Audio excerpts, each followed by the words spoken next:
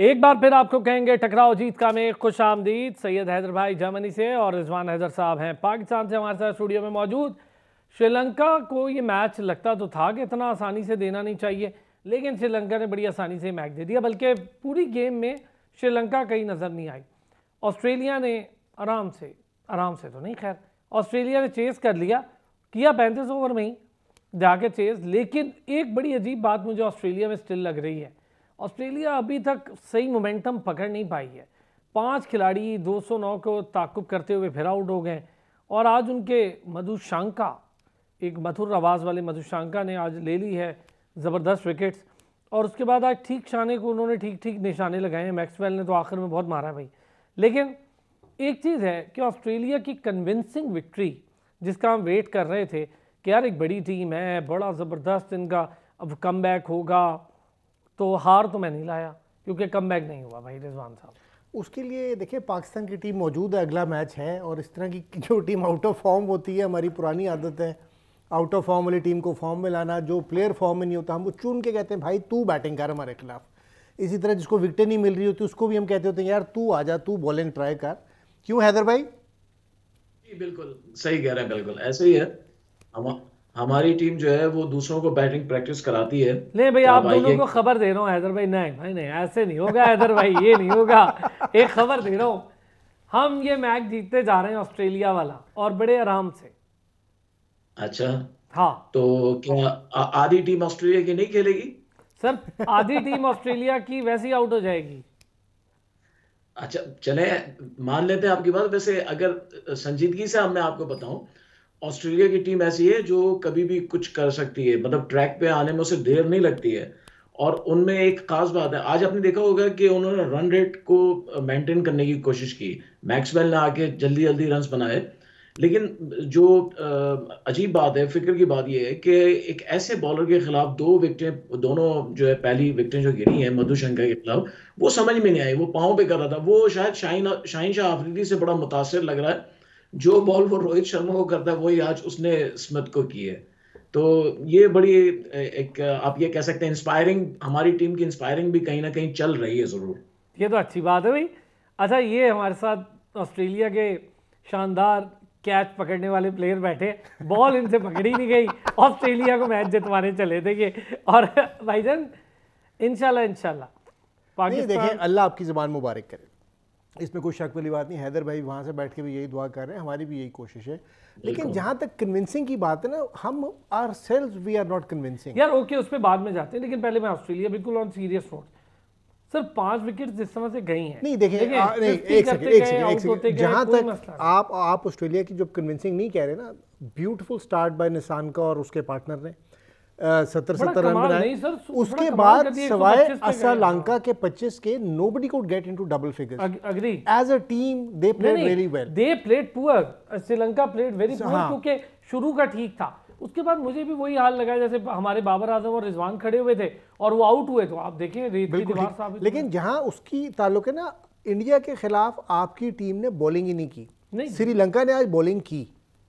ठीक है, पहले वो जो नया बॉलर लाए हैं लारू, क्या लाहेरू उसको वापस लाए, वो तो ही उसकी जगह आया ना, शाना की जगह, he was ineffective. But other than that आप ये देखें उसने कितनी अच्छी बॉलिंग की मधुशंका ने, बहुत अच्छा बॉलर है। ठीक है, ठीक शाना को नहीं पड़े, लेकिन they were able to get 5 out, even though कि आप कह सकते हैं Australia wanted to go for the runs और क्विक बनाना चाह रहा था रन रेट को। लेकिन यही चीज़ इंडिया ने भी की पाकिस्तान के खिलाफ, उनकी विकेटें इस तरह नहीं गिरी। देखिए अच्छा, वहाँ पे कमेंटेटर्स भी कह रहे थे if they would have made 260 और 270 तो ऑस्ट्रेलिया तक वो नजर ही आ गया कि जी इधर काम हो गया। ऑस्ट्रेलिया अगर वाकई में 270-220 हो जाते तो ऑस्ट्रेलिया तो गई थी। बिल्कुल ठीक कह रहे हैं। तो यही होती है ना अच्छी टीम की निशानी कि ऑस्ट्रेलिया ने they didn't lose their head, they went for the runs.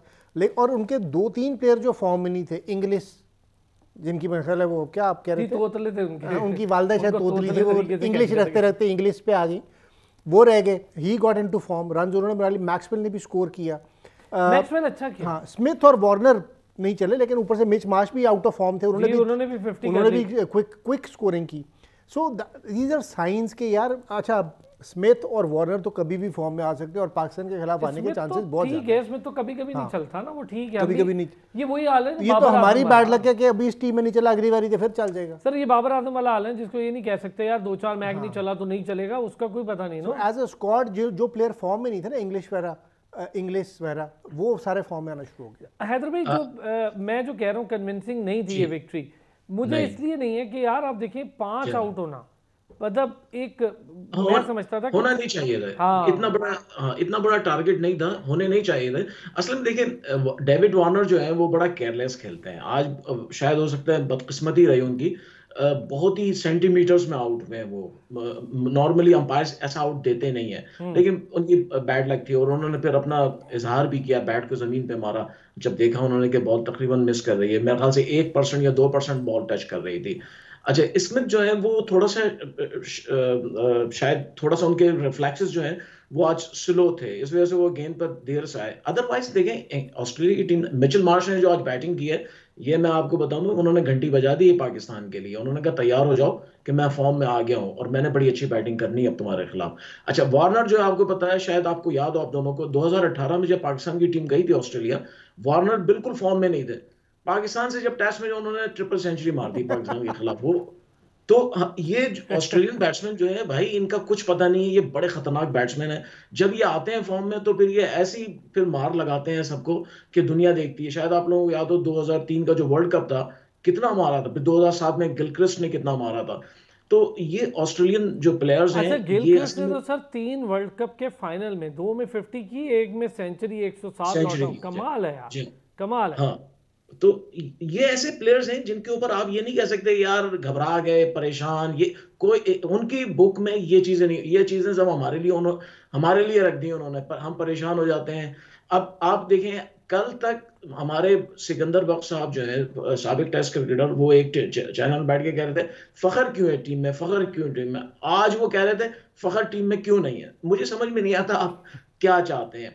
एक प्लेयर को आप जो है निकालते हैं, फिर दोबारा उसको लाने की बात करते हैं, इसका मतलब आपके पास प्लेयर्स नहीं है। लेकिन ऑस्ट्रेलिया वाले जो हैं, अब इंग्लिश को लाए हैं, उन्होंने पहले मैच में नहीं चला, आज फिर चांस दिया उन्होंने, आज उसने 50 कर दिए। अब पाकिस्तान के खिलाफ जो है ना, उसने मुझे लगता है वो साइमंड्स वाली इनिंग खेलनी है। शायद आपको याद हो 2003 में 4 या 5 आउट हो गए थे ऑस्ट्रेलिया के पाकिस्तान के खिलाफ ग्रुप मैच में। एंड्रयू साइमंड ने आगे फिर सेंचुरी भी मारी और मैच भी जितवा दिया पाकिस्तान के खिलाफ। तो भाई अच्छा, एक चीज है भाई, मैं जरा इस पे डिटेल एक ब्रेक लूंगा, ब्रेक से वापस आऊंगा, एक जरा डिटेल डिस्कशन करते हैं इस पे। पाकिस्तान के अगेंस्ट भी मैच है, कल के मैच पे थोड़ी सी बात कर लेंगे क्योंकि इतना कोई मुझे नहीं लग रहा, बट यार मैं अफगानिस्तान के खिलाफ भी कहा था, फिर ना कहेगा पिनौती हो गया काम। मैंने कहा था कोई इतना बड़ा मैच नहीं लग रहा, कोई ऐसी डिस्कशन नहीं, अफगानिस्तान ने हरा दिया। खैर जी, ब्रेक से वापस आते हैं तो इस पर बात करते हैं। वेलकम बैक जी, टकराव जीत का में एक बार फिर आपको कहेंगे खुश आमदीद। ऑस्ट्रेलिया के हवाले से बात हो रही थी, श्रीलंका और ऑस्ट्रेलिया की। अभी श्रीलंका के भी मैचेस पड़े हैं, ऑस्ट्रेलिया के भी मैचेस पड़े हैं। ऑस्ट्रेलिया का आज तीसरा मैच है, 2 हारे, पहली उन्होंने जीत का मज़ा चख लिया। लेकिन आज जिस तरह से ऑस्ट्रेलिया जीती, काफ़ी ज़्यादा इस पर बात हो रही है कि अच्छा, आज एक और इम्पॉर्टेंट बात, आज ऑस्ट्रेलिया के कैप्टन ने जब टॉस जीता और फिर फैसला किया जी अब ये करेंगे, सॉरी उसके बाद ऑस्ट्रेलियन कैप्टन आए, तो ऑस्ट्रेलियन कैप्टन ने कहा, उन्होंने पूछा कि जी स्टोइनिस आज भी हैं, उन्होंने कहा हाँ, मेरे पास ज़्यादा ऑप्शन नहीं है। तो यही है, मतलब आप सोचें ये भी काफ़ी बंधे हुए। देखिए, हम ये 2-3 दफ़ा पहले भी डिस्कस कर चुके हैं कि Australia is a spinner shot. Agar को पता नहीं क्यों ड्रॉप किया, और अगर किया तो Nathan Lyon could have come in. ठीक है, वनडे स्पेशलिस्ट नहीं है, लेकिन वहाँ पे आपको अब तो वनडे क्रिकेट होती नहीं इतनी ज़्यादा। पिछले 4-5 साल से आप देखें, हर टीम में 25-30 से ज़्यादा मैच नहीं खेले। अब बात सही है, आप सीजन में पहले खेलते वनडे तो बहुत तो नेथन लायन को ले आते, he is a good enough bowler, quality bowler है। और यहाँ पे आपको कल अफगानिस्तान वाली टीम चली ही इसलिए कि they are 3 good quality spinners, और यही इंडिया की टीम कर रही है। उस दिन हालांकि पाकिस्तान के खिलाफ अभी उसको नहीं खिलाया, एशविन को, लेकिन वो बहुत सारे मैचों में पहले वो 3-3 स्पिनर्स के साथ जा रहे हैं, और यही उनकी सक्सेस का रीज़न है। हम जा सकते हैं अगले मैच में 3 स्पिनर के साथ? हम जा सकते हैं, हम जाएंगे नहीं जा सकते हैं, नहीं जा सकते ना, क्योंकि वो बाबर के दोस्ती में नहीं आ रहा ग्रुप। ओहो, उसके अलावा हैदर भाई ये बताएं, 3 स्पिनर खिलाना ठीक फैसला होगा या गलत फैसला होगा? अब देखिए, बेंगलोर की जो विकेट है वो बैटिंग विकेट है, और मुझे ऐसा लगता है कि इंडिया वाले बनाएंगे भी ऐसी विकेट ताकि पाकिस्तान को उससे ज़्यादा फायदा ना हो। क्योंकि ऑस्ट्रेलियंस के लिए स्पिन को खेलना मुश्किल होगा। लेकिन अगर स्पिन विकेट बनाते हैं, आपने आज देखा एरन जम्पा ने बड़ी अच्छी बॉलिंग की। अगर विकेट में थोड़ा सा स्पिन हुआ तो वो फिर मुश्किल हो जाएगी पाकिस्तान के लिए। शादाब खान जो है आउट ऑफ फॉर्म है बिल्कुल। सारा डिपेंड वो कर रहे हैं मोहम्मद नवाज पे। अब नवाज अगर नहीं चल पाए तो पाकिस्तान का स्पिन डिपार्टमेंट बिल्कुल बेकार हो जाता है। अब उसामा मीर को इनको नेदरलैंड्स के खिलाफ खिलाना चाहिए था, वो किया नहीं। अब बड़े मैच में खिलाएंगे, उस पर भी प्रेशर होगा, वो भी परेशान होगा। अब मुझे नहीं लगता है, मुझे ऐसा लगता है ये टीम में कोई चेंज नहीं होगी, शायद वही टीम खेलेगी। अगर कुछ बाहर से कुछ प्रेशर पड़ा तो हो सकता है कि फखर जमान को ये इमाम उल हक की जगह इंटर करने की कोशिश करें, लेकिन वो भी शायद नहीं होगा क्योंकि बाबर की दोस्ती है इमाम से, और उसने तो कह दिया है कि जब तक मैं हूँ इमाम ने तो खेलना ही खेलना है। तो मेरे ख्याल से यही टीम होगी और हम नहीं जाएंगे किसी और स्पिनर के साथ, यही टीम खेलेगी। अच्छा, दूसरा मेरा ख्याल है कि एक बड़ी अच्छी बैटिंग विकेट मिलेगी, क्योंकि बैटिंग विकेट ऑस्ट्रेलिया को भी सूट करती है और इंडिया को भी सूट करती है। उसकी वजह ये कि अगर पाकिस्तान पहले बैटिंग करे तो जितनी मर्जी अच्छी विकेट दे दे, हम कंफ्यूज रहते हैं कि भाई ये हमने क्या बनाना है। 8वें ओवर के बाद हम सोचते हैं कि यार ये विकेट ऐसी है, और 280-85 से ऊपर हमारी सोच नहीं है टारगेट बनाने की, हम अटैक ही नहीं करते। और अगर बाद में बैटिंग कर रहे हो तो फिर 325-30 से ऊपर हो जाए तो चलो श्रीलंका का बॉलिंग अटैक और था, हम 1 ऑफ कर गए, लेकिन वो बार बार नहीं होना। और वो पहले बैटिंग करके अच्छी विकेट पे तो वो आराम से 330 कर सकते हैं हमारी बॉलिंग पे। यार हैदर भाई, ये बात मैं एग्री हूँ कि हम लोग बहुत अरसे से ये चीज़ देख रहे हैं कि हम शायद चेस कर लेते हैं फिर भी, लेकिन हम जब टारगेट सेट करने जाते हैं हमें समझ ही नहीं आती, और अक्सर व बेशतर हम 250 260 इसी के अंदर अंदर ही रह जाते हैं, और 280 को अच्छा समझते हैं। हाँ, क्योंकि बैट्समैन जो है ना वो कॉशियस बहुत होते हैं। आप पावर प्ले यूज नहीं करते हैं, मिडिल में आप जो है स्ट्राइक को रोटेट नहीं करते हैं, आपका सारा जोर। अब बाबर आजम जो है उनका जोर होता है कि मैं बाउंड्रियां किसी तरह मार लूं। फिर बैटिंग मिडिल में अगर बाबर आउट हो जाते हैं, उसके बाद रिजवान है और सऊद शकील है, उसके बाद आपकी बैटिंग जो है वो सब ऑलराउंडर्स या टैलेंटर्स हैं, वो इतना ज्यादा हेल्प नहीं करते हैं। तो हमारी बैटिंग जो है वो इतनी मौसर नहीं है जितनी हमें लगता है ऐसा। इफ्तिखार आपकी किसी लाइनअप में नहीं थे, अचानक वो लाइनअप में हुए और वनडे की टीम में आ गए। आप देखें लास्ट ईयर जितने वनडे खेले इफ्तिखार किसी वनडे में नहीं थे, अब अचानक वो आ गए। अब उनका भी पता नहीं चलता है वो बैट्समैन है बॉलर हैं क्या है। वो जब बैटिंग की जरूरत होती है वो बैटिंग नहीं कर पाते हैं, जब बॉलिंग की जरूरत होती है उनको बॉल मिलती ही नहीं है। तो ये सारी चीजें जो है हमारे साथ जो है, हम लोग कंफ्यूज्ड हैं, बहुत ज्यादा सुपर कंफ्यूज्ड हैं। हैदर भाई एक लतीफ़ा सुना दूं। एक साहब होते हैं, उनको ना बड़े गुस्से वाले होते हैं, तो बीवी को कहते हैं कि अंडा आप लेके आओ, तो वो अंडा फ्राई करके ले आती है, तो कहते हैं यार इसको तो उबालना था। अगले दिन वो कहते हैं अंडा लाओ, तो वो उबाल देती है, तो कहते हैं यार इसको फ्राई करना था। तो फिर डांट पड़ती है। तीसरे दिन वो ना एक अंडा फ्राई करके ले आती है और एक अंडा उबाल के ले आती है, तो कहते हैं बड़ी देर सोचते हैं, फिर गुस्सा करते हैं जिसको फ्राई करना था उसको उबाल दिया और जिसको उबालना था उसको फ्राई कर दिया। तो हमारी टीम का भी इफ्तिखार में यही हाल है, बैटिंग वाले दिन बैटिंग नहीं देते, बॉलिंग वाले दिन बॉलिंग नहीं होती। अच्छा, ये आज से नहीं है रिजवान भाई, मैं आपको बताऊं, ये शाहिद आफरीदी के जमाने से। शाहिद आफरीदी जब बैटिंग में फेल कहते मैं तो स्पिनर बॉलर हूं, मैं बैट्समैन थोड़ी हूं। अच्छा, जब बॉलिंग नहीं चलती कहते थे मैं तो बैट्समैन हूं, मैं बॉलर थोड़ी हूं। ये पुरानी बीमारी है जो आज भी चल रही है। यार अजित ये बताएं हैदर भाई, इफ्तिखार का रोल अभी तक डिफाइंड है या सलमान अली आगा अगर हम खिला लें इफ्तिखार से बेटर ऑप्शन होगा? I will go with Salman Ali Agha, क्योंकि देखें सलमान अली आगा में एक बड़ा जो है बड़ी अच्छी चीज मुझे लगती है, वो गैप्स में शॉट खेलता है, वो उठा के मारने की जरूरत नहीं पड़ती उसे। जैसे इफ्तिखार है ना, इफ्तिखार के पास गैप्स में शॉट नहीं है, उसका एक ही है कि उठा के मारो और बाउंड्री से बाहर मारो। लेकिन सलमान अली आगा जो है वो ग्राउंड शॉट बड़े अच्छा खेलता है और गैप्स में खेलता है। अच्छा, उसका आपने नोट किया होगा रिजवान भाई कि उसका बैट हमेशा एक्स्ट्रा कवर की तरफ जाता है, यानी एक्स्ट्रा कवर रीजन में बड़ा स्ट्रांग है वो। जो बॉलिंग है ऑस्ट्रेलिया की वो ज्यादातर ऑफ स्टंप पे करते हैं, ऑफ स्टंप को अटैक करते हैं, वहां पे सलमान अली आगा बड़ा कामयाब होगा अगर उसको खिलाया जाए। लेकिन मुझे लगता है शायद मैनेजमेंट नहीं करेगी, वो इफ्तिखार जो है ना उसको पता नहीं क्या समझते हैं, हलाकू खान है ये क्या है, ये बड़ी चीज है जो पता नहीं क्या कर देगा। तो समझ में नहीं क्वालिटी आता। देखिए, एक चीज़ तो है इफ्तिखार में कि उस अपनी विकेट पे खुद बॉल मारने की सलाहियत रखता है। अच्छा, हम बड़ी जल्दी हवा बना लेते हैं इफ्तिखार को, एक बहुत एकदम ही out of nowhere and hardly any performances. क्या आप इमेजिन करें कि इतना सीनियर प्लेयर टीम का इस वक्त है, उसके 1000 रन नहीं है वनडे में। सीनियर? अच्छा हाँ? यार ये क्या कह रहे हैं। अच्छा चले, 10 साल हो गए उसको। नहीं यार सर कम खेल है ना, आता जाता रहा है ना, आप लोग उसको पूरा खिलाते नहीं थे ना। अच्छा हैदर भाई, अगर हम देखिए यार इस पोजीशन पर जहाँ पे सऊद शकील अब अपने आप को खुद सेटल कर रहा है, बड़ा अच्छा प्लेयर है, टाइम लगेगा थोड़े, एक तो उसको कुछ मैच देने पड़ेंगे, हर मैच में हम उससे एक्सपेक्ट। अच्छा मैं सॉरी बीच में काट दूं, इफ्तिखार के 4 टेस्ट मैचों में 60 रन है, 22 वनडेज में 500 रन है और 49 T20s में 800 रन है, मिल मिला के 1000 हो जाते हैं। ठीक है, 1000 रन है, सही है। चलिए 1000 हो तो गए किसी तरीके से। लेकिन हाँ, हैदर सऊद भाई, शकील की आप ये बात जो कर मैं रहे कह हैं रहा हूँ ना, जी, सऊद अच्छा, शकील ने अपने हाँ, आप को फिट किया है खुद से। बिल्कुल अब्दुल्ला जी शफीक ने खिड़की तोड़ जैसे कहते हैं ना कि यार मुझे लाओ मुझे लाओ मुझे लाओ, अच्छी जी, परफॉर्मेंस हाँ है, बिल्कुल आया स्कोर कर रहा है, ठीक है। मैं हाँ जो थोड़ा सा इशू है, इमाम बुरा बैट्समैन नहीं है, बहुत अच्छा बैट्समैन है, और ये नहीं कि इमाम किसी वजह से वो अपनी परफॉर्मेंस से भी टीम में है, ऐसी बात नहीं है कुछ।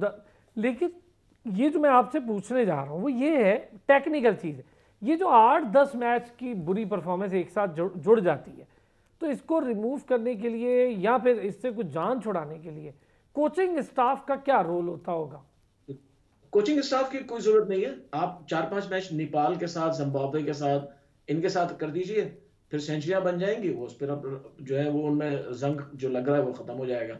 दरअसल आप देखें, इन्होंने जो ज्यादातर अपनी इनिंग्स खेली हैं, स्कोर किए हैं, छोटी टीमों के खिलाफ किए हैं, या जहां पे बड़ी टीमें भी छोटे प्लेयर्स के साथ आई। ऑस्ट्रेलिया की टीम 5 वनडे खेलने आई और उसमें सारे उनके बड़े प्लेयर्स आईपीएल में चले गए। अब वो आधी टीम रह गई, उसके खिलाफ इन्होंने 200 की पार्टनरशिप की है ओपनिंग में, आप देखें तो ये बड़े प्लेयर बन गए। उसके बाद फिर न्यूजीलैंड की टीम आई, उसके भी आधे प्लेयर्स चले गए।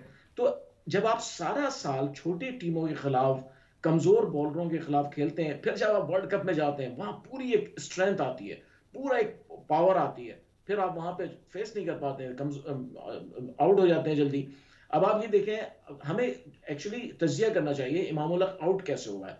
2 मैचों में वो पुल करते हुए आउट हुआ है। पुल करते हुए एक कानून है, पुल करते हुए कि आपका सर जो है वो हमेशा ऊपर की तरफ होना चाहिए। अगर उसकी वीडियो देखें, उसका सर नीचे की तरफ है। जब सर नीचे होगा तो बॉल आपके बैट के ऊपरी हिस्से पे लगेगी। ये आपको अच्छा, मिडिल मैं एक चीज़ है भी, सॉरी सॉरी सॉरी, ये बड़ा मजे का टेक्निकल एनालिसिस है, मैं आपसे भी इस पे व्यू लेता हूँ, हैदर भाई की बात पूरी करते हैं एक छोटे से ब्रेक के बाद। वेलकम बैक जी। अच्छा चलें, इससे पहले मैं थोड़ी सी बात करूं, मुसलसल कुछ ना कुछ रिजवान और पाकिस्तान टीम के अगेंस्ट चल रहा है। वही विनीत जंदाल जो है, जिस जैनब अब्बास का केस लेकर उसने बेड़ा गर्क किया, तो अब वो रिजवान के पीछे पड़ गया। आईसीसी को शिकायत, मतलब बहुत ही यार कोई इंतहा दर्जे के, मुझे समझ में नहीं आता किस किस्म की मेंटालिटी रखते हैं ये, बिल्कुल ही जो लो सतह, मतलब बिल्कुल लो कैटेगरी मेंटालिटी होती है। मैं कोई आपके मुल्क खेलने आ गया है और शुक्र अदा करो यार पाकिस्तान आगे नहीं आती तो लग पता जाता। अच्छा हम इसको बिल्कुल उल्टा ले रहे हैं कि कैसे लोग, ये वो लोग बहुत अच्छे हैं, मैं आपको बिल्कुल बता रहा हूं। लोगों की बात ही नहीं कर रहा। ये जो इस किस्म के एक दो सर है, idiots होते हैं ना, एक जो दो नरेंद्र मोदी मेंटालिटी है ना, वो है, हाँ, और वो बहुत कम है, वो 1% के करीब है। ये जो पागल होते हैं ना, इस तरह के हमारे यहाँ पे भी तोहफे, इनका सिर्फ काम ये होता है कि जो को पंगा देखो ना, उसका जाके एक नोटिस ले लो, आ जाएगा कि यार ये कौन है, ये कौन बंदा है, और वो अपनी पब्लिसिटी सोशल मीडिया पे, और जिनको कोई जानता नहीं था वो इन छोटे छोटे घटिया किस्म की हरकतें करके लोग जान जाते हैं, and that is called cheap publicity. इसका कोई और मकसद नहीं है, कोई उसको ना ज़ैनब से कोई नफरत है या मोहब्बत है, ना रिजवान से कोई उसको फ़र्क पड़े। This just a bloody idiot who thinks that he can get cheap publicity like that. क्या कहते हैं हैदर भाई, लेकिन है वहाँ पर नरेंद्र मोदी मेंटालिटी ऐसी ही है भाई, और जिस तरह से मुस्लिम्स को मारा जा रहा है, क्रिश्चियंस को मारा, तो है मेंटालिटी। अब वो पाकिस्तान की टीम को इतने दिन से मतलब टॉर्चर हो रही है इस चीज़ में, अच्छी भी, बहुत अच्छा लगा हमें क्या हैदराबाद में बड़ा शानदार इस्तकबाल हुआ, सब कुछ अच्छा है, लेकिन ये जो इस तरह की मेंटालिटी है ना ये, अच्छा फिर इस पे देखिए ना बीसीसीआई वो खामोश है मजे से। देखिए ये सब स्टेट का काम होता है, उसको स्टेट को कंट्रोल करना पड़ता है। उन ऐसे एलिमेंट्स को जो इवेंट्स को खराब करते हैं उनको कंट्रोल करना जरूरी होता है। स्टेट खुद वहां पे समझ में नहीं आता है क्या चाहती है। अच्छा, बीसीसीआई ने भी या आईसीसी ने पाकिस्तान की जो मैचेस हैं वो सारे ऐसे इलाकों में रखे हैं जहाँ पे थोड़ी नफरत कम है। हैदराबाद में था, फिर बैंगलोर है, फिर चेन्नई है, कोलकाता है, ये वो इलाके हैं जहाँ पे मैं लेकिन समझता हूँ कि नरेंद्र नफरत। मोदी स्टेडियम में रख के तो आपने देखा लेकिन फिर गुजरात क्या हुआ? गुजरात वैसे तो प्रो मुस्लिम स्टेट है ना। नहीं, लेकिन वहां पर जिस तरह से लोग आए नहीं लाए, नहीं, वो गुजरात जो है ना, वो जय शाह की वजह से, अमित शाह जो उनका मिनिस्टर, इंटीरियर मिनिस्टर, बल्कि मैं कहता हूँ एक्चुअली प्राइम मिनिस्टर तो एक्चुअली अमित शाह है, ये मोदी साहब जो है ये तो सिर्फ फेस है, मैं आपको बता दूं सारे डिसीजन इवन छोटे छोटे पुलिस थानों के इंचार्ज भी जो है वो अमित शाह साहब अपॉइंट कराते हैं करते हैं। तो वहां पे आपने देखे लखनऊ में, दिल्ली में, मुंबई में, पुणे में कहीं पे कोई मैचेस नहीं रखे गए, सारे मैचेस हमारे वहां पे रखे हैं क्योंकि स्टेट खुद भी समझती है कि हमारे लिए कंट्रोल करना बहुत मुश्किल है। और अब जाहिर सी बात है इतनी बड़ी आबादी है, ओवर 100 मिलियन जो है लोग वहां पे, तो वो कुछ ना कहीं कुछ ना कुछ चलता रहता है। तो हमें भी थोड़ा सा टॉलरेट करना चाहिए सोशल मीडिया पे, हमारे भी जो कमांडोज हैं वो भी सोशल मीडिया पे छोटी सी एक कहीं से आती ही चीज उसको लेके पीछे उसके पड़ जाते हैं। तो ऐसी चीजें हर जगह होती हैं। मुझे याद है कि इंग्लैंड में भी हमने ऐसी चीजें देखी हैं कि इंग्लैंड में जब पाकिस्तानी टीम जाती है मीडिया ऐसा पड़ जाता है पाकिस्तानी टीम के पीछे।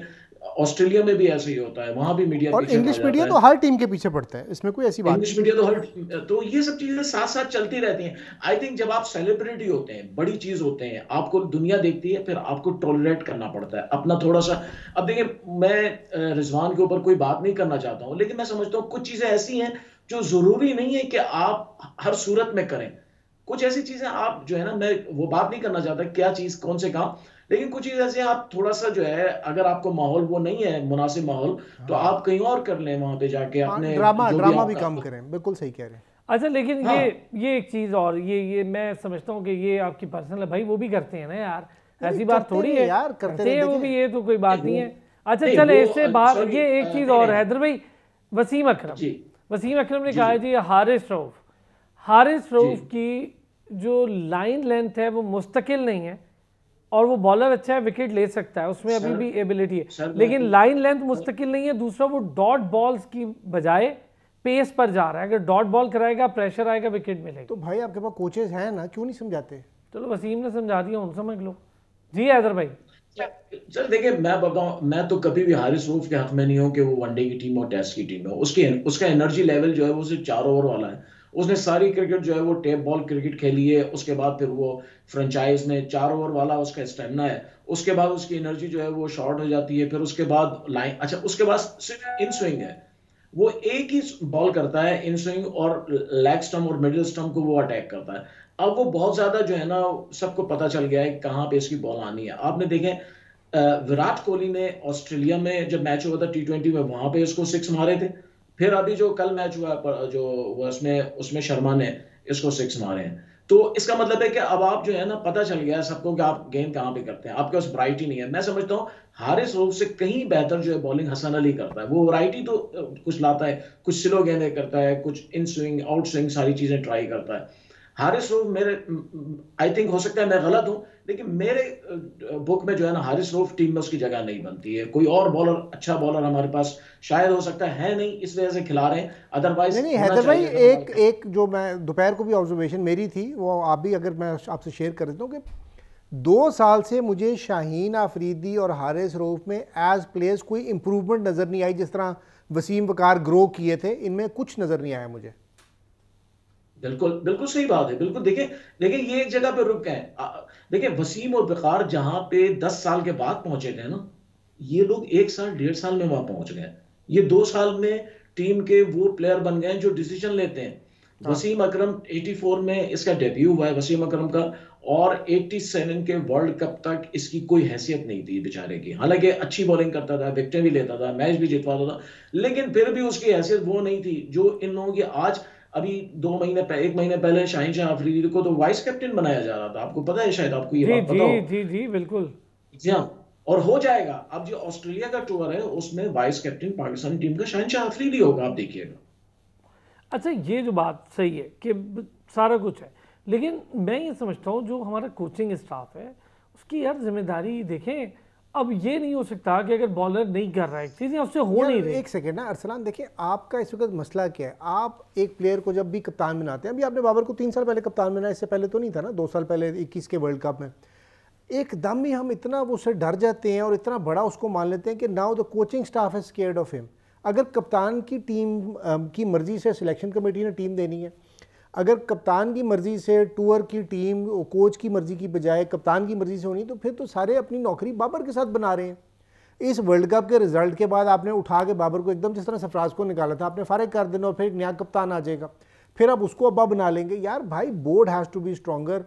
इंडिया वालों ने किस आराम से विराट कोहली को निकाला और ट्रांजिशन कितनी स्मूथ हुई है। रोहित शर्मा की हमारी हो ही नहीं सकती। इधर तो बाबर के पीछे एक बाबर किंग जान खा गया हमारी यार। आप जैसे एंकर है जो कहते हैं जी हम्बल बड़ा है। भाई हम्बल बेहतरीन प्लेयर है, मैं तो समझता हूँ उसको कैप्टन रहना चाहिए, कोई बात नहीं। लेकिन टीम हाँ, हारे या जीते हैं, बल्कि हारे या हारे। ये बात आपकी ठीक है कि थोड़ी इम्प्रूवमेंट की ज़रूरत है, इम्प्रूवमेंट की ज़रूरत है, चीज़ों को लर्निंग की ज़रूरत है थोड़ा सा। मैं भी कहता हूँ, ये बात नहीं है कि सारी चीज़ें ठीक नहीं, जो चीज़ गलत है उसको कहना चाहिए। दोस्ती वगैरह ये इन चीज़ों से थोड़ा सा पीछे जाना पड़ेगा, वरना वो उसी की कैप्टनसी को, उसकी परफॉर्मेंस को हार्म करेगा। चले जी, रिजवान भाई बहुत शुक्रिया, सैयद हैदर भाई आपका शुक्रिया। कल 12:30 बजे होती है आप लोगों से मुलाकात, जब तक के लिए दीजिए इजाज़त।